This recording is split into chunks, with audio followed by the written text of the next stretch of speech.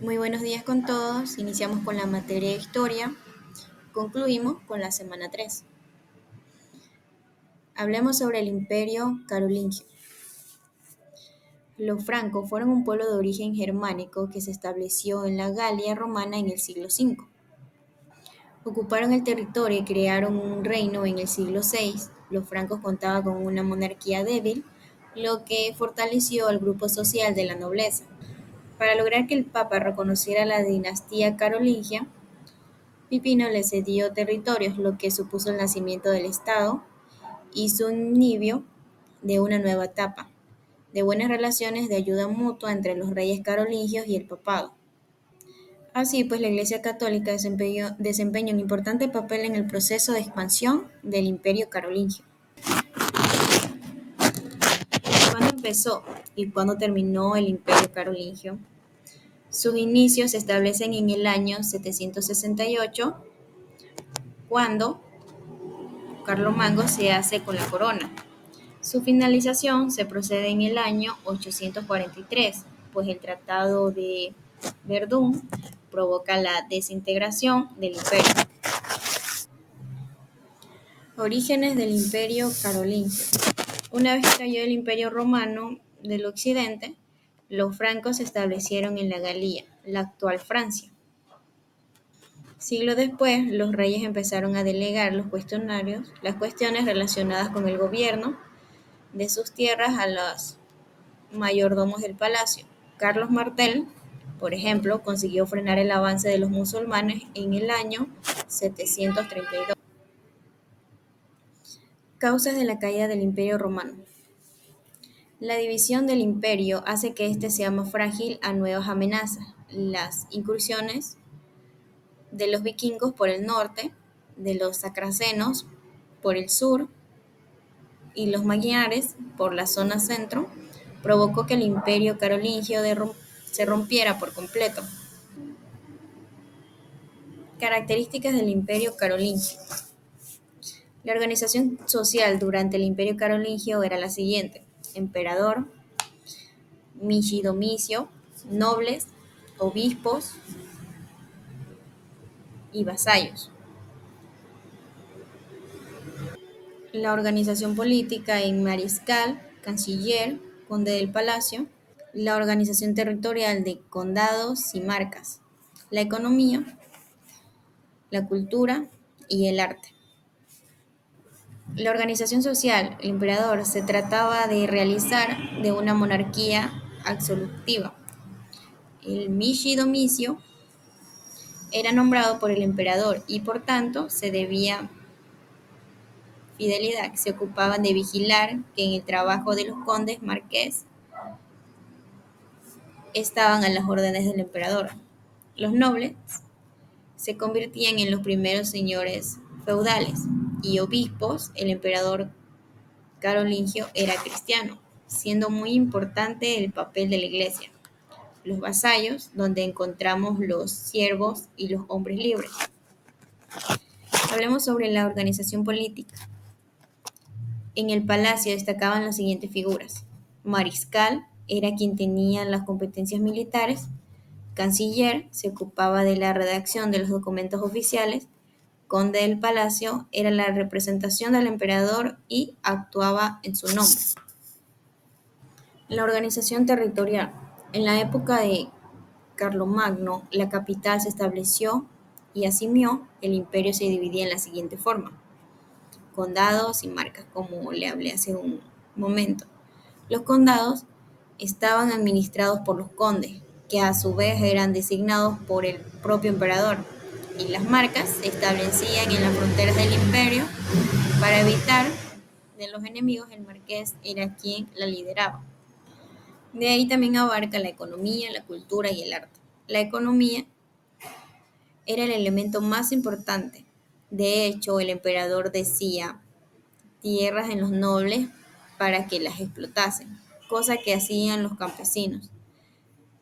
Además, debido al auge del Islam, por un buen número de territorios, el comercio no es tan abundante como en siglos territoriales, en mayorista y en el local. Cultura. Existe un esplendor cultural. llamado Renacimiento Carolingio. Se crea la escuela Patania, donde se estudiaban distintos conocimientos de la Edad Antigua y múltiples cuestiones en las ciencias, el arte y las letras. El arte se aprecia influencias del arte bizantino y el arte islámico. En la arquitectura destacaban los palacios, la iglesia y algunos edificios civiles. Se utilizaban plantas, es decir, con forma de cruz latina y arcos de medio punto.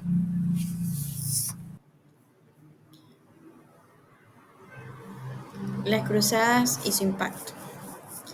Las cruzadas, que tuvieron un lugar entre el siglo XI y XV, son uno de los acontecimientos que caracterizan a la Edad Media, tanto en Europa como en el Oriente Medio.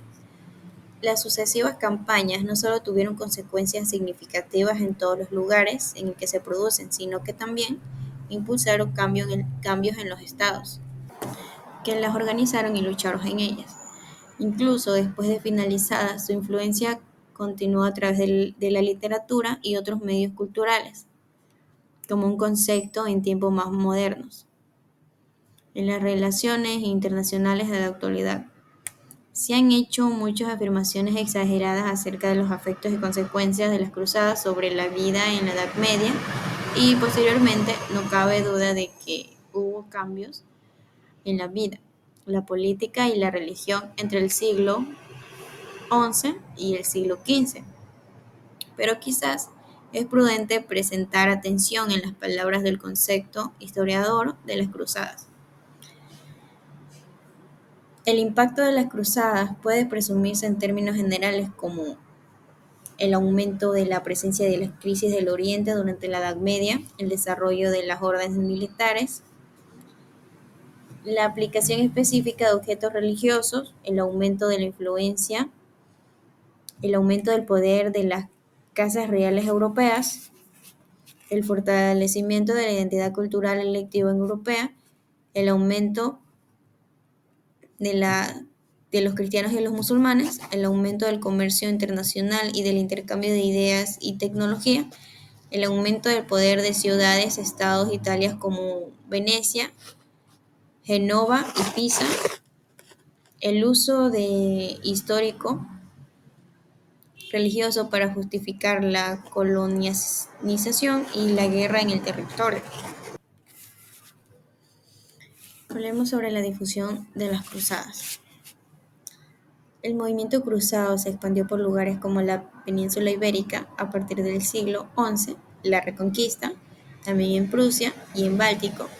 Las cruzadas bálticas al norte de África o Polonia, entre otros, lucharon ejércitos cruzados entre el siglo XII y el siglo XV, con líderes, soldados y gente de a pie, atraídos por el ideal cruzado.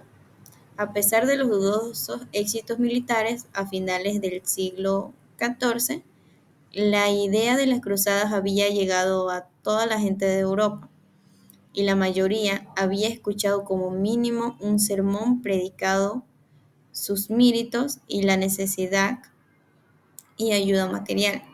Muy pocos bolsillos quedarían intactos a causa de los impuestos del Estado y de la Iglesia que se impusieron de forma regular para financiar las cruzadas.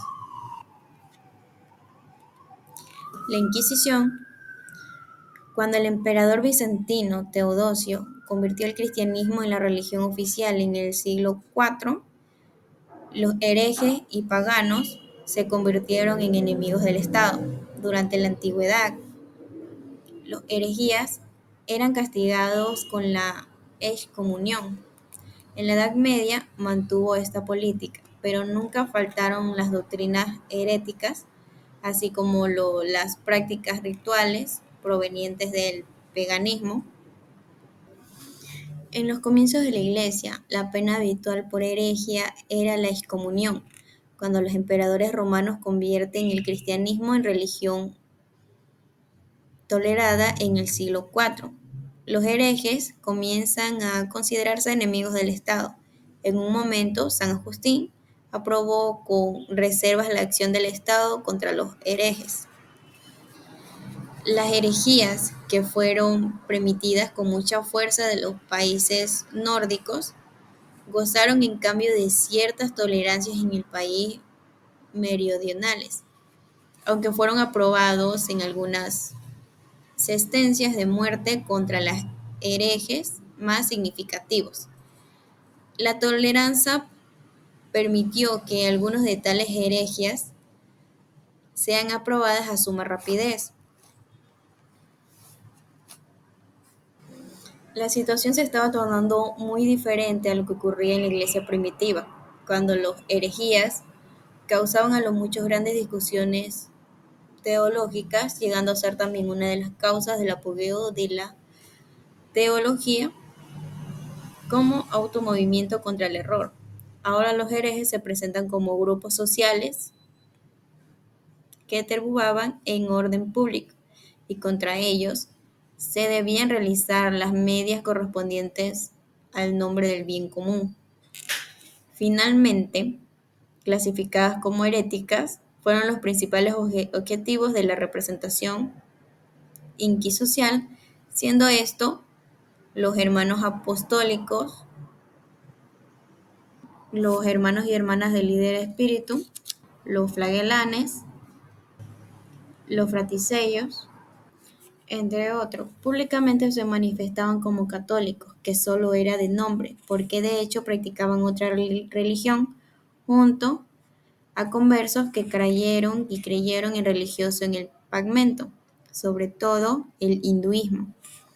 Además, los místicos cristianos que pudieron caer en tendencias, haciendo caer un apostasia o incluso abrazar al satanismo. Discúlpame, satanismo. Los judíos, los musulmanes y los paganos, personas que no eran cristianas ni de ninguna ni de otras grandes religiosas monoteístas, estaban excluidos en la Inquisición, de tanto que se jurisdicción de santo oficio eran con católicos bautizados, no con solo infieles, cuyas considerabas también representantes por esta fuera de la jurisdicción. Esto se debía a que la Iglesia enseñaba que estaba prohibido que las monarquías cristianas utilicen el súbdito de la profesión de catolicidad, puesto que era una invasión del ámbito de conciencia del súbdito a católico, el cual debía abrazar la fe de manera voluntaria en su conciencia para tener una convicción sincera, si no, sería un crimen a las almas de los fieles. En tanto, podrían ser una injusta inversión y ambición por el Evangelio. Entonces, la conquisición estaba fundamentalmente la obligación católico para dar leyes católicas a la sociedad católica, no a sociedades fuera de la soberanía espiritual de la Iglesia.